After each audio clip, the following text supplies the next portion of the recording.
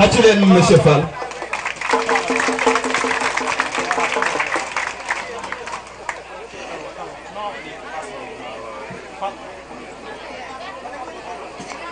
Le président de la communauté rurale de Malicounda, monsieur l'inspecteur de l'éducation nationale, messieurs les chefs de village, madame la présidente de l'association AGTO à Grand Bras Ouverts, messieurs du collectif des directeurs d'école, messieurs de l'APE, chers collègues et élèves, Dakar a sa statue de la Renaissance africaine. Saint-Louis son confédère, Paris sa tour Eiffel. Les populations de ces villes sont fières de leurs monuments, mais ici à Sinthiou Keita, nous ne sommes pas jaloux, car nous avons mieux qu'un monument, nous avons un lieu où l'on apprend à faire des monuments.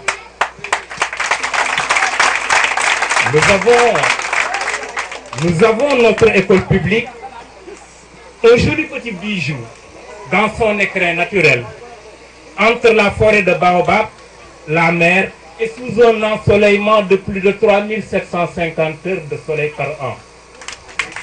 Je peux vous demander de plus. Mais ce bijou a une histoire. En 2006, un groupe d'amis de passage dans notre pays s'est ému de constater que la plupart des enfants en âge d'être scolarisés à Sinthiou Keita ne l'étaient pas. Et ceux qui l'étaient dans des établissements dont le plus proche se trouve à quelques 3 km d'ici. Raison et cause étaient trouvées pour ériger un complexe scolaire entièrement financé par cette association à Grand Bras Ouverts, représentée ici par sa charmante et dynamique présidente. Je vous prie de l'applaudir. Le problème était de trouver un terrain ou deux pouvant abriter l'école. Sur le terrain offert à Sinthiou Keita Ouest fut bâtie l'école maternelle qui devra changer d'ailleurs de statut pour devenir une case des tout-petits à partir de cette année. Cette case comprend à présent 4 salles, 3 classes et une chambre de gardien, sans compter le magasin, le préau, les toilettes, la clôture de sécurité. Je ne parle pas des toboggans et autres balances, et surtout les salaires des enseignants qui sont là-bas. Ici, à Sinthiou Keita Est, le problème était plus important, car il fallait trouver au moins 1 hectare de terrain pour l'école élémentaire. C'est alors qu'un notable du village décida de léguer à sa communauté le champ qu'il cultivait depuis presque 40 ans. Cette école comprend 6 classes, 6 toilettes, une pièce pour gardien, un robinet. 4 cours sont complètement équipés en table-banc, bureau, chaise, tableau noir et tableau blanc, en attendant d'avoir un cycle complet l'année prochaine. L'école dispose aussi d'un terrain multifonctionnel assez réglementaire pour abriter le championnat de foot de l'ensemble des villages environnants. Outre l'érection des bâtiments, l'association assure à chacun de nos 200 élèves maternels et élémentaires confondus un livre de lecture, un livre de calcul, un livre de graphisme, un livre de français, 3 cahiers et stylos, une ardoise, un morceau de craie par élève et par jour. Le suivi médical et la pesée périodique des élèves pour un éventuel appui nutritionnel spécial. Excusez du peu. Sur le plan sportif, le terrain multifonctionnel est modulable avec 4 camps dotés de filets de protection, un terrain de basket et pas moins de 5 ballons par an, surtout une machine pour tracer les terrains de sport.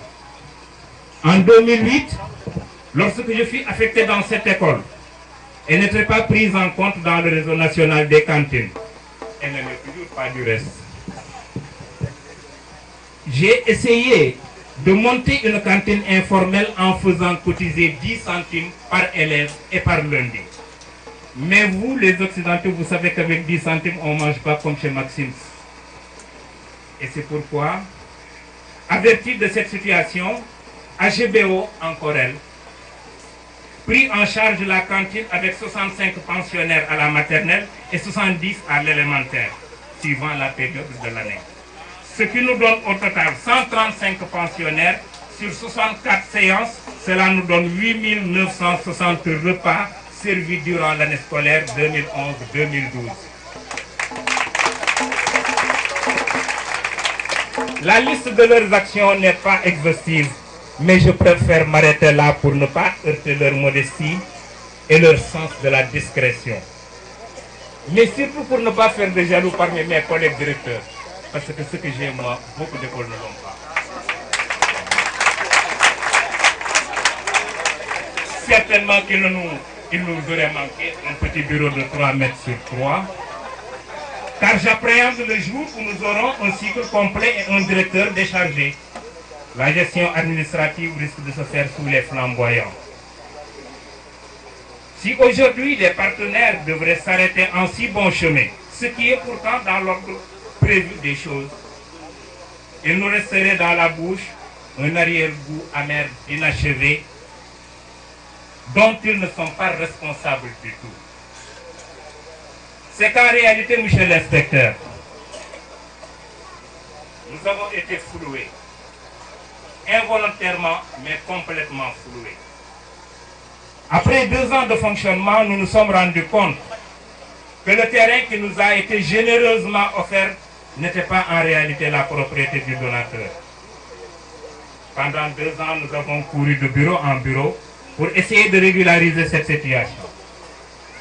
Monsieur le préfet du département, l'IDEN, le collectif des directeurs, l'association AGBO et beaucoup de bonnes volontés se sont investis et y ont mis les moyens pour que le ministère de la Justice, réel propriétaire du terrain, accepte de nous l'échanger contre le terrain qui était déjà prévu dans le lotissement pour pouvoir débarquer les gens qui sont dans la cour et les amener là-bas.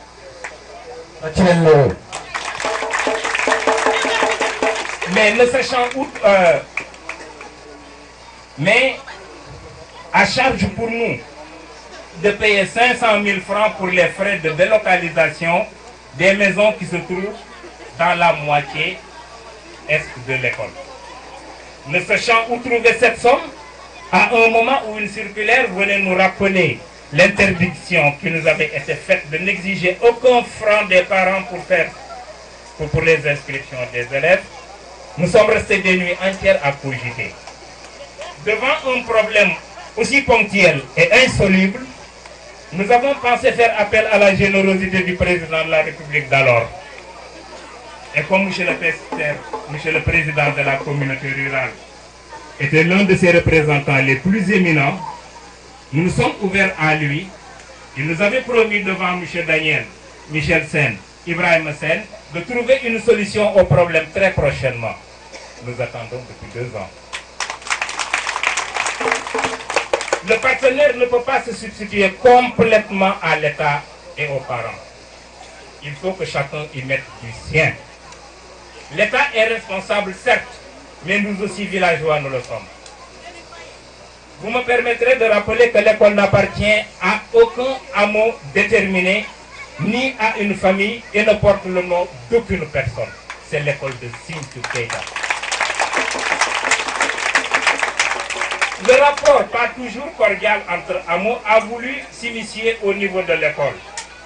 Un jour où on était en rupture de bois de chauffe, des parents ont refusé que leurs enfants, pensionnaires de surcroît, n'amènent de petits morceaux de bois sous prétexte que telle famille, plus adulée par les partenaires, devrait se charger de cela. C'était à ne rien y comprendre. Le constat, ça nous a tous bouleversés, car nous venions de faire le constat d'une situation paradoxale. L'école allait être un capital commun qui divise, ce qui n'est pas normal. C'est pourquoi, chers collègues, au-delà de notre mission pédagogique, nous devions faire de telle sorte que l'école soit l'élément fédérateur. C'est ici et maintenant que nous devons planter les jalons d'une paix réelle.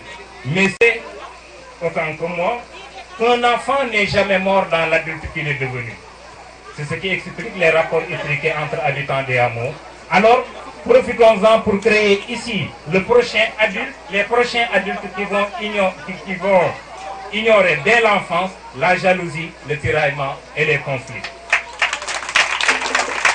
Madame Isabelle, le Coran stipule que le croyant doit acquérir la connaissance quitte à aller jusqu'en Chine. Au 6e siècle, la Chine était loin de l'Arabie Saoudite. Aujourd'hui, cette connaissance, vous nous l'amenez à côté de la maison. Avec une école et un groupe électrogène, vous nous avez sorti autant de l'obscurantisme que de l'obscurité. Merci. Soyez-en fiers et remerciés. Votre cadeau est bienvenu et très pertinent. Plus pertinent que les chasse-neige que l'URSS d'alors avait offert à la Guinée et au Sahara. Une langue africaine n'est parlée par autant de locuteurs. Et moi, j'ajouterais que je suis très fier d'avoir enseigné le français pendant presque 40 ans. Et je disais que le français, c'est la langue la plus parlée au monde. Bien sûr, les puristes me diront, et le milliard de Chinois qui parlent mandarin, et le milliard d'Indiens qui parlent hindi. Mais à ces gens-là, je leur rétorque que le problème n'est pas mathématique, mais simplement de bon sens.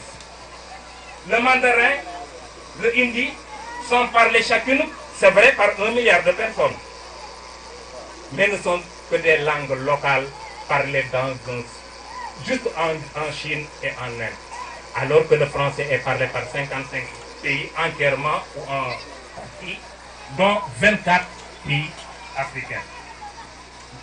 Donc autant de pays où on peut se taper.